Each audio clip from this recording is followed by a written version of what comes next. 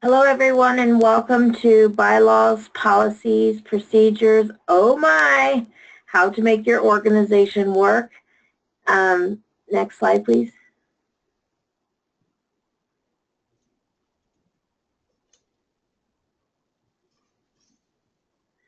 It is a project of the Southwest Alliance for Technical Assistance, and we are in the third year of the project, and the goals of the project are to share information from state to state about self-advocacy, create video blogs about the disability issues, lead webinars about strengthening the self-advocacy organizations, and work together for sustainability and recruiting youth leaders.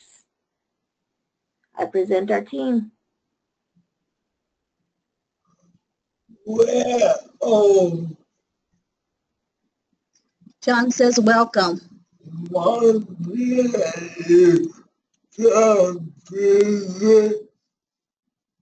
name is John Britton.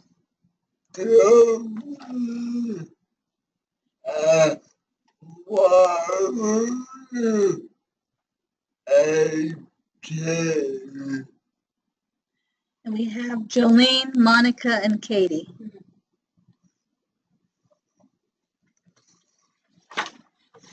The purpose of this webinar is to talk about bylaws, what goes in them, what are policies, and what are procedures.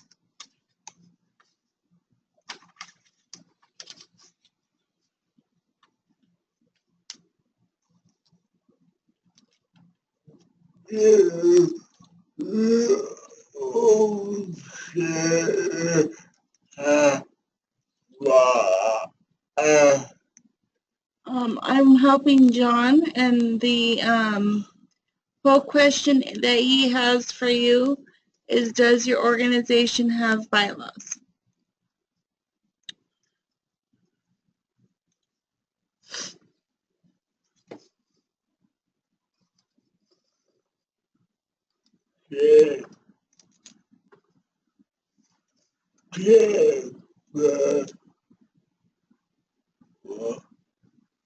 So we'll give you a few minutes to answer the question.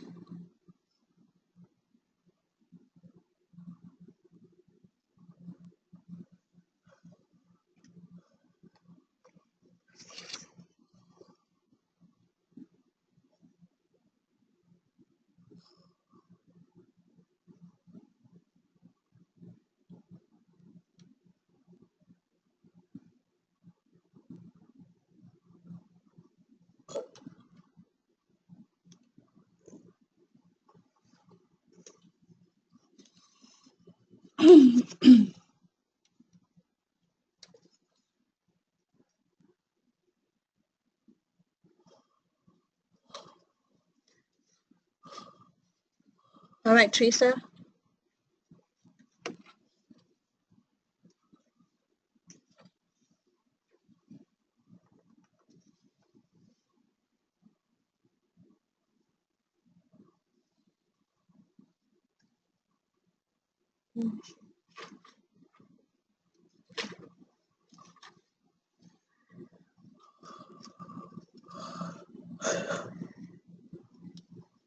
Teresa, you want to let them know about the results? Oh, I'm sorry. The results show us that the folks that answered the poll question do not have bylaws, but you guys might want to share why they are a good thing.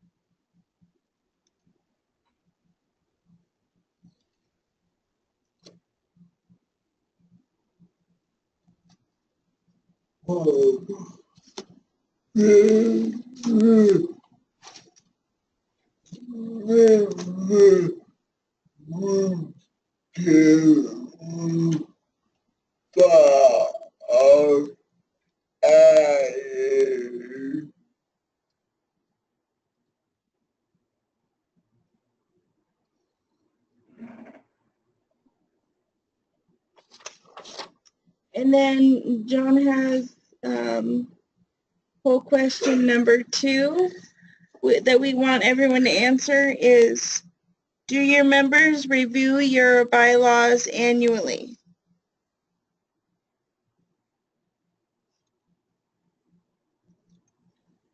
What is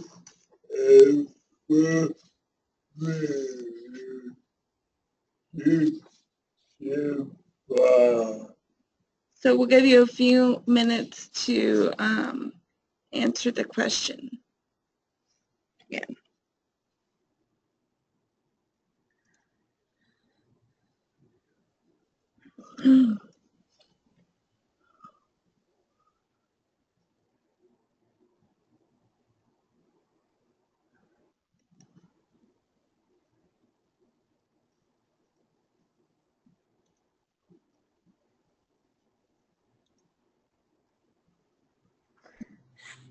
So our audience says that they do not review bylaws annually. They said that they did not have bylaws.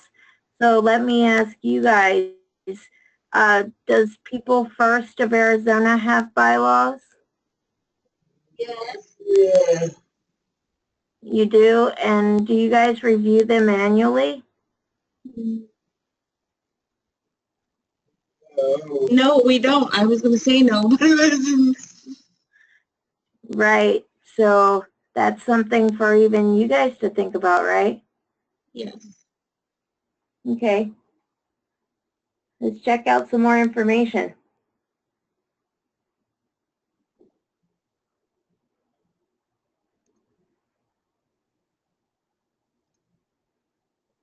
Now Jolene is going to talk about bylaws.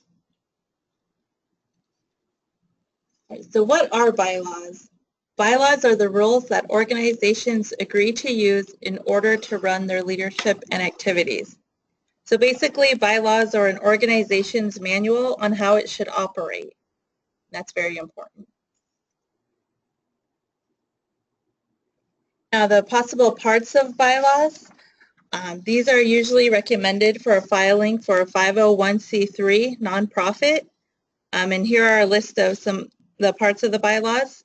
It's name and purpose, membership, meetings, board of directors or officer roles, committees, amendments, and dissolution.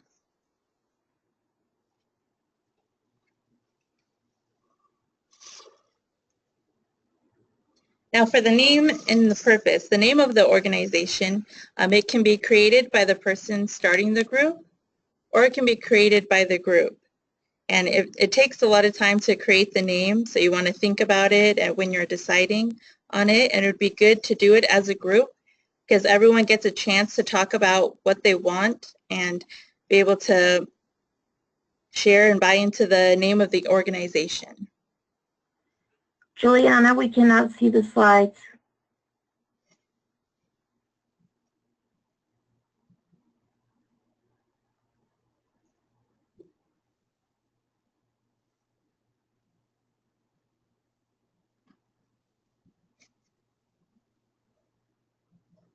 Did you hear me? Yes. Okay. We still don't have a visual. So can I ask you guys, do you know how People First got their name?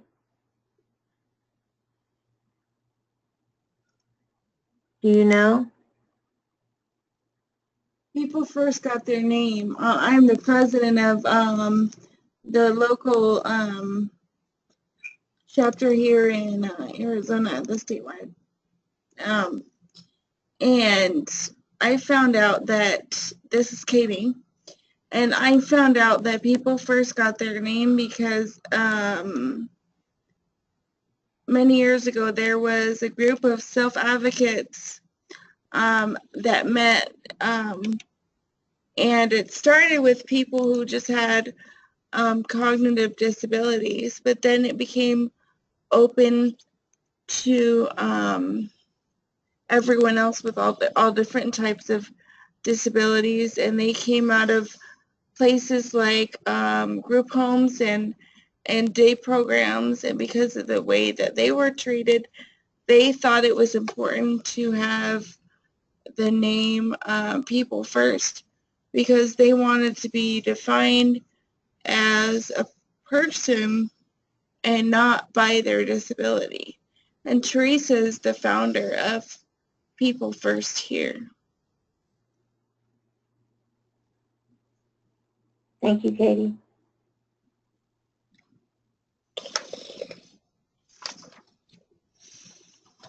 Can you see the screen now? It says we're waiting to view Juliana's screen. That's really weird because we can see it. Why don't you guys keep talking and hopefully it'll come up soon.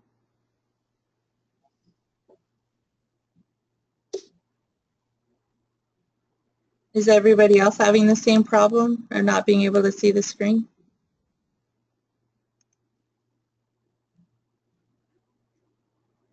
Jolene is asking if everyone else is having the same problem of not being able to see the screen. There it goes. Now I can see it. There it goes. Okay. Alrighty. So we just talked about the name, and now for the purpose. The purpose is basically a need of the community and what your group can do to help the community. So some of the questions you may want to ask in order to come up with the purpose is, what do you want to do as a group? Why are you here? What is the need in the community? What can you do that is different from other organizations that work with people with disabilities? And Katie just gave the good example of how People First of Arizona got their name, and she also talked about what the need was in the community and how they came up with the name and purpose.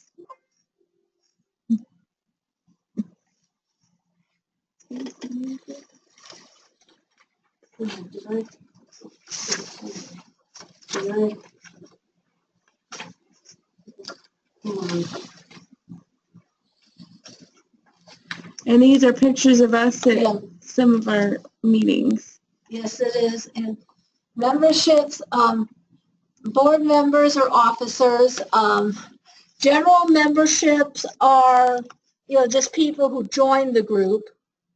Then there are voting members or officers.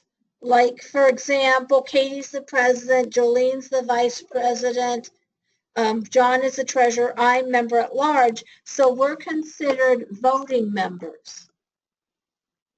And then there are supports and advisors, that people that help, support the self-advocates. And then, Like Juliana, she's an advisor for People First.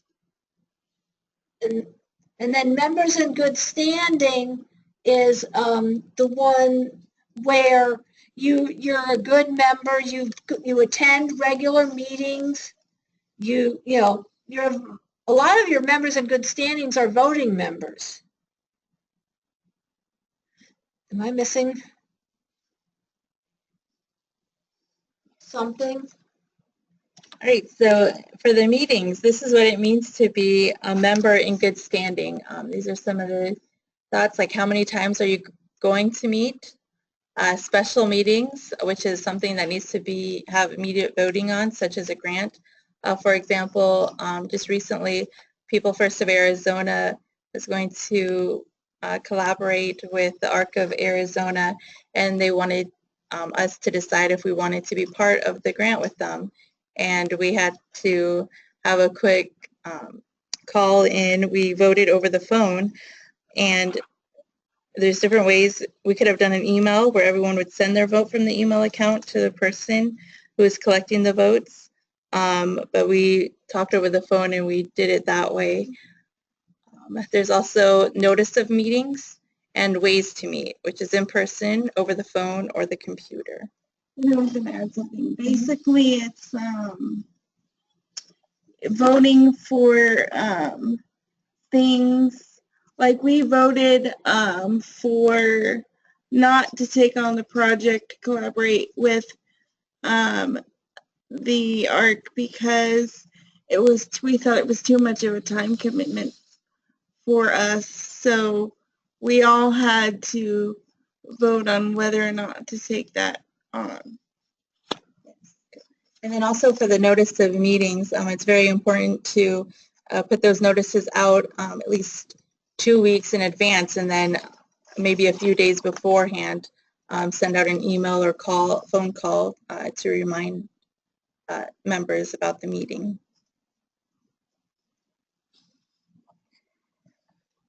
Also, there's voting, and the voting members in good standing have 1 vote, and the president will only vote when there is a tie.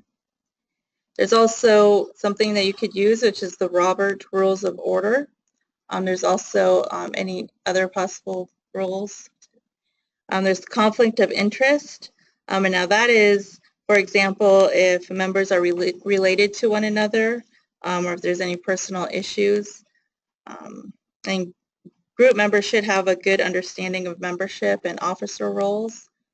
There's also reasonable accommodations. For meetings, there's reasonable accommodations such as, large print or materials that people want ahead of time, email to them, or maybe on a flash drive. Now, a proxy is not a reasonable accommodation. And a proxy is someone, if you are not available to attend and vote, if you're not able to attend the meeting in person, they can vote by email, and that person can read your vote. This is Katie again. I had another comment. I couldn't attend a meeting at one point because I was in the hospital for a surgery, and I had to give why I wanted to do something or give like a letter about why I wanted to be an officer, and someone read it for me. So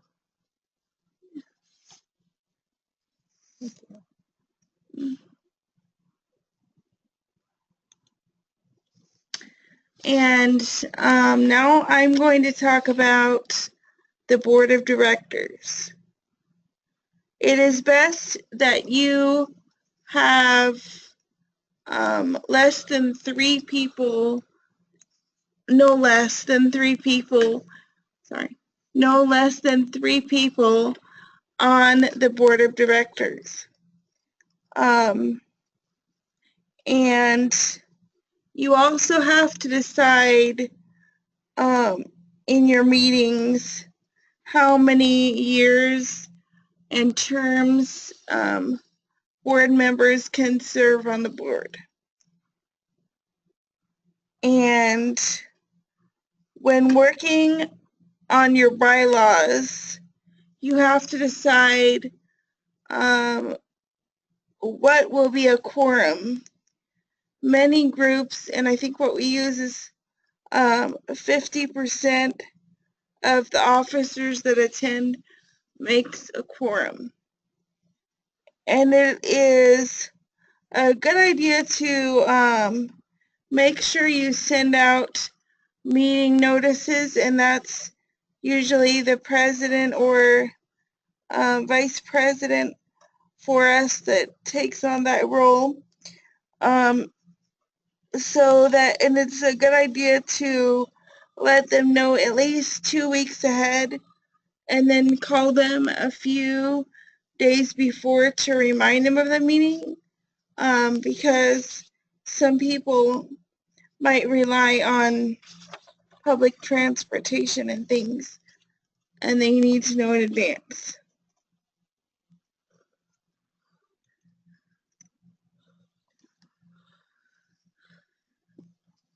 Now we're going to talk about the officers and the duties of the officers. There are 3 positions on a board, and that includes 4 positions. There's 4 positions on a board, and that includes president, vice president, secretary, treasurer, and sergeant of arms. Past presidents elect presidents, outreach officers, and members at large. The president is the one who's responsible of welcoming everyone and helping keep the agenda on track, and the main person that leads the meeting. And the vice president also leads the meeting or adds things to the agenda and helps support the president if they don't remember all the things that might be on the agenda and things like that. The secretary sends out announcements, any kind of announcements that you have, and takes and keeps the minutes. And the treasurer manages the budget and tells the group how much money they have and how well they're spending it, and they can write and deposit checks, but they have to know who the checks are going to be made out to. And then we have help from advisors if people need help with money or things, that they can help them to in that role or any role.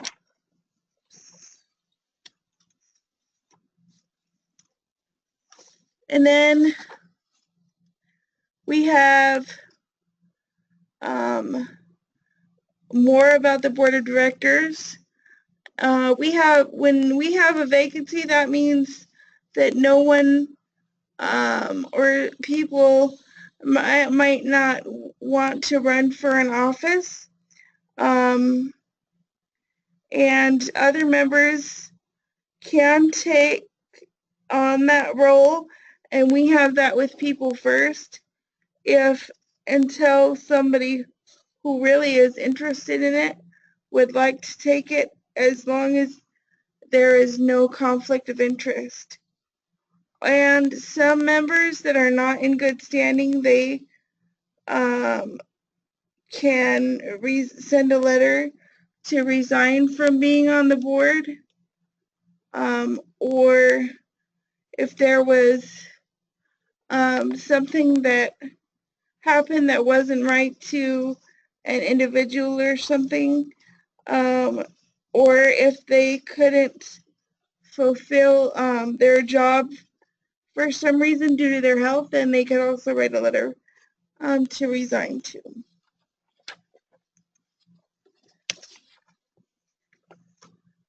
Some of the committees that you can be a part of are the Bylaws Committee, the Executive Board, Policies, Finance, Fundraising, Ad Hoc, Marketing and Public Relations, Recruitment, and Grants. But then there is also other committees that you can create and be a part of too. Amendments. If something on the bylaws is not working, any member can bring it to the board. Example, there are words that people don't understand or think it is not true to the mission. Things like a member should be able to read. Need details on how you're going to pass amendments, the voting process. And amendments need a motion and approval date. So if we make changes to the bylaws, you need to have a motion and an approval.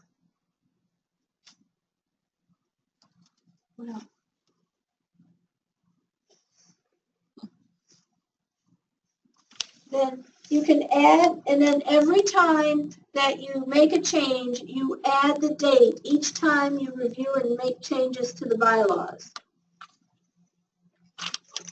Then you have dissolution.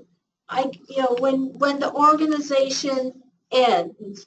After the bills are paid, the organization would like their assets and finances to go to another like organization, a 501c3. and, review, and you have to review your state and federal laws. What this means is when the organization is no longer active, you can have any leftover monies go to a similar organization that is also a 501c3. And then, like I said, you review your state and federal laws regarding what the rules are for this. Does you have it on that again? Oh,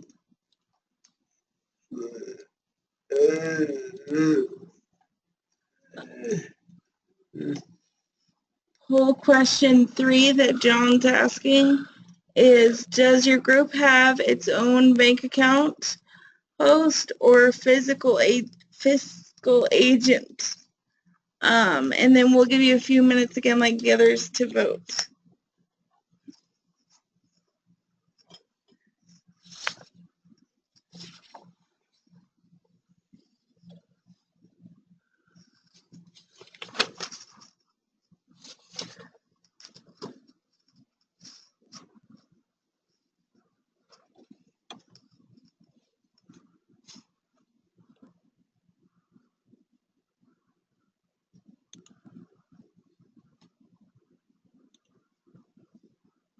So the results of the bank account question is that they just have a bank account from the participants in this group and do not have a fiscal agent. What about people first? yeah, we do. You Yes. have a bank account? Yeah.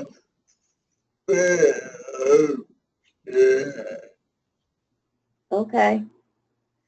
So it seems like we all have a bank account, but we do know some of our other self-advocacy groups in the state do have a fiscal agent, especially those that are located in the day programs. They use the day program services to help manage their money, but they are a line item and they can find out how much they have at any time, right?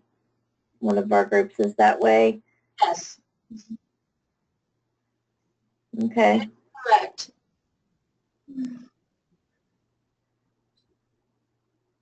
Now we're going to talk about policies. What is a policy? A policy is a rule of how something is done, and it guides the group member decisions on an issue. So like, here's an example. Writing a check for reimbursement. Over $50, you need 2 signers, and you look at a list of what can be reimbursed and what cannot be reimbursed. You complete a request form, then you bring a receipt to get paid, and it is recommended that you are not the only signer. Your policy needs to be dated when it was approved by the board.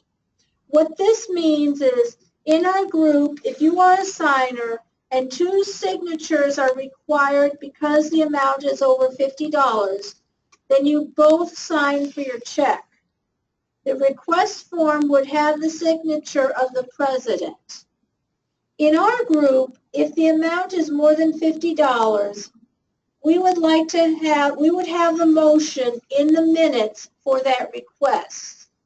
If, for example, your group wanted to purchase a printer for the group and the amount was $200, you would have the approval form, you will have the approval from the board to purchase. If you need to purchase ink for that printer and it is less than $50, then you would just request the amount and not have to go to the board for approval. Sometimes when we have people first has, like, we do Christmas parties and like Halloween parties, we ask the members if we can get reimbursed for that, since it's for people first, and then and I've done this myself since I'm the president, we'll go and get things for the party, and then I'll then get a like reimbursement check from people first. And now we're going to talk about procedures.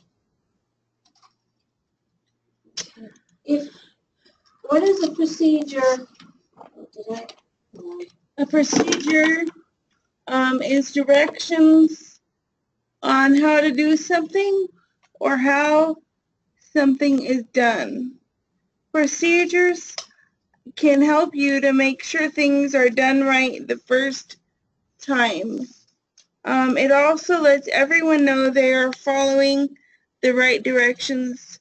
So you can always, if you're not sure if you're running a meeting right or need questions answered, then that can help you.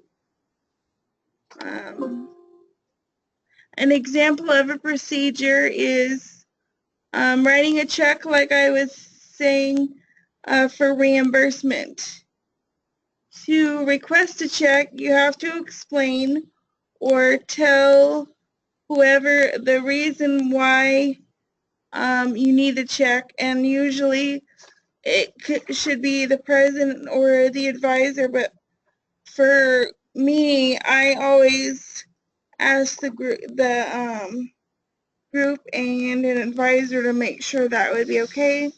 And then you complete a check request form, and you would need to bring a receipt to get paid or a copy of your bank statement. And you have to make sure the check is signed, and you want to make sure you make a copy of the check in your accounting book. And these are some of the procedures that you might have to follow. If you do not have your own bank account, you need to check with the agency or organization that is your fiscal agent on how to get checks.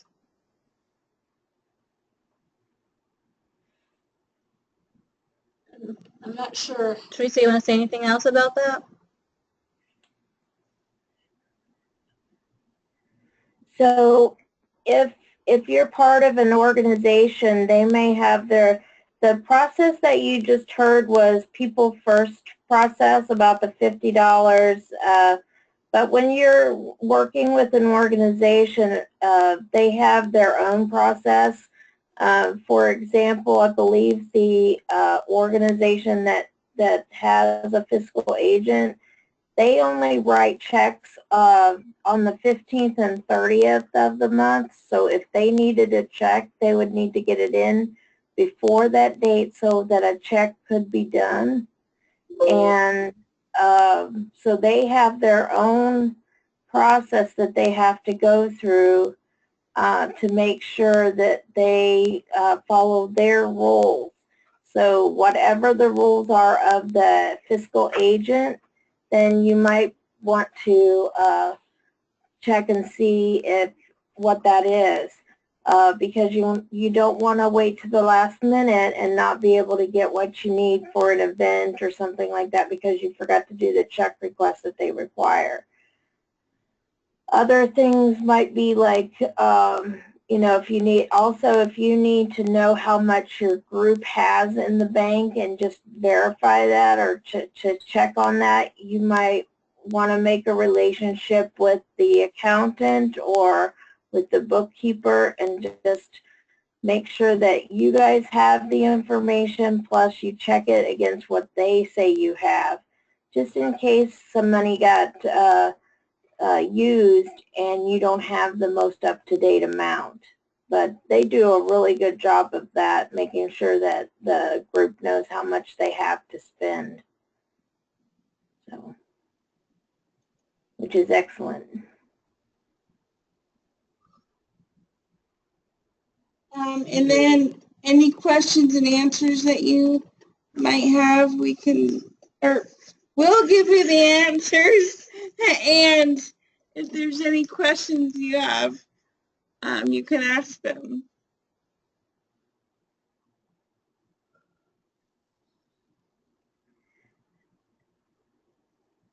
So even if you're not a nonprofit or you are a nonprofit, you should have some kind of rules. And sometimes people call them, it's the history rules. It's like things that have been passed down from leader to leader or from advisor to advisor. This is how we do things here. It's better to have it written down in a book somewhere where somebody can find it or know who has the bylaws so that they can be found and updated regularly like we were talking about. And then even though you might not have them, it's good to have a sheet of things about how we do business here. What's our rules? If you don't call them bylaws, you can call them the rules for having good meetings for our group, something like that. Doesn't have to have that official word if you're not a nonprofit. But if you're a nonprofit, it's part of what you have to send in is bylaws. So some people didn't know that, you know, they're a nonprofit. So it's good to ask the question, are we a nonprofit? Oh, if we are, that means we have bylaws somewhere that was sent in. We need to check on those to make sure that we're following the rules that we said we would follow as a nonprofit. So just some friendly words of advice. If you're a nonprofit, you did have to create bylaws. And if you didn't do it, the organization that's hosting you, if they're a nonprofit, they have bylaws. You might want to look and see if there are bylaws that your group would like to use to help them run better.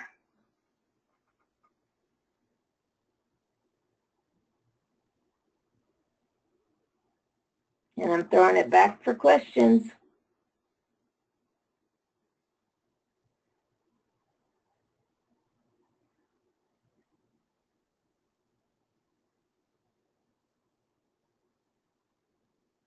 No questions? So, Oh, yes.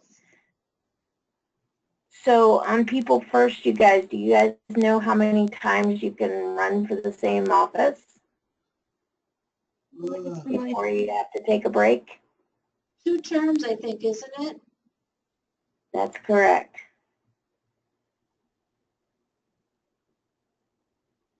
So even though Katie's doing an awesome job, once she finishes this term, she needs to step back and take a break or step into another position that might need some help. But remember, you want to try to give those people that have been attending as members a chance. And you guys, did you say how long you had to be a member before you could be an officer? Oh, I forgot to mention that. You have to be a member for a year. Okay. And do you guys remember why you made that rule?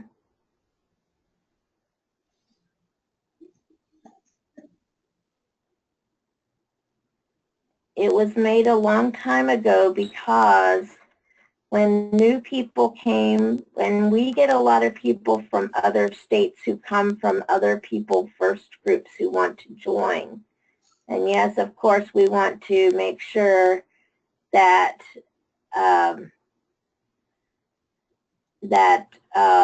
you know, people have been attending the meetings and kind of know how you work as an organization and what all the opportunities are before they run during an election, just to make sure that they understand how the group works and all of that kind of different information. Because if they come in and their group was run differently, there might be a lot of confusion. So we like for them to be a member for a year before they can become an officer.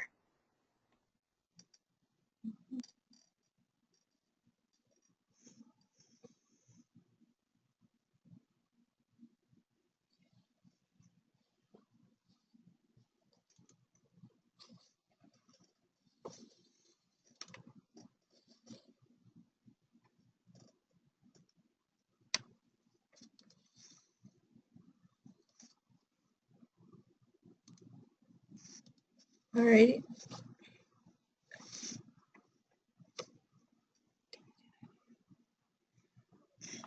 So the Southwest Alliance Technical Assistance Center would like to thank those that attended, and we would like to have any feedback from anybody who is listening to the recording. If you have any questions, please let us know. And as you can see, there's my email. You can also call me at 602-235-0354, extension 802. We'd also like to thank AIDD and ACL for helping us have this activity, and ACDL, Ability 360, and People First for working together on this project.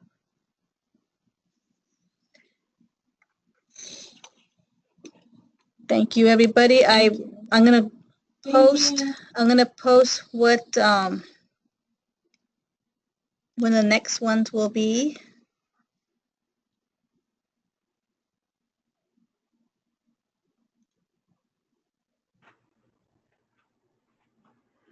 Thank you, everyone.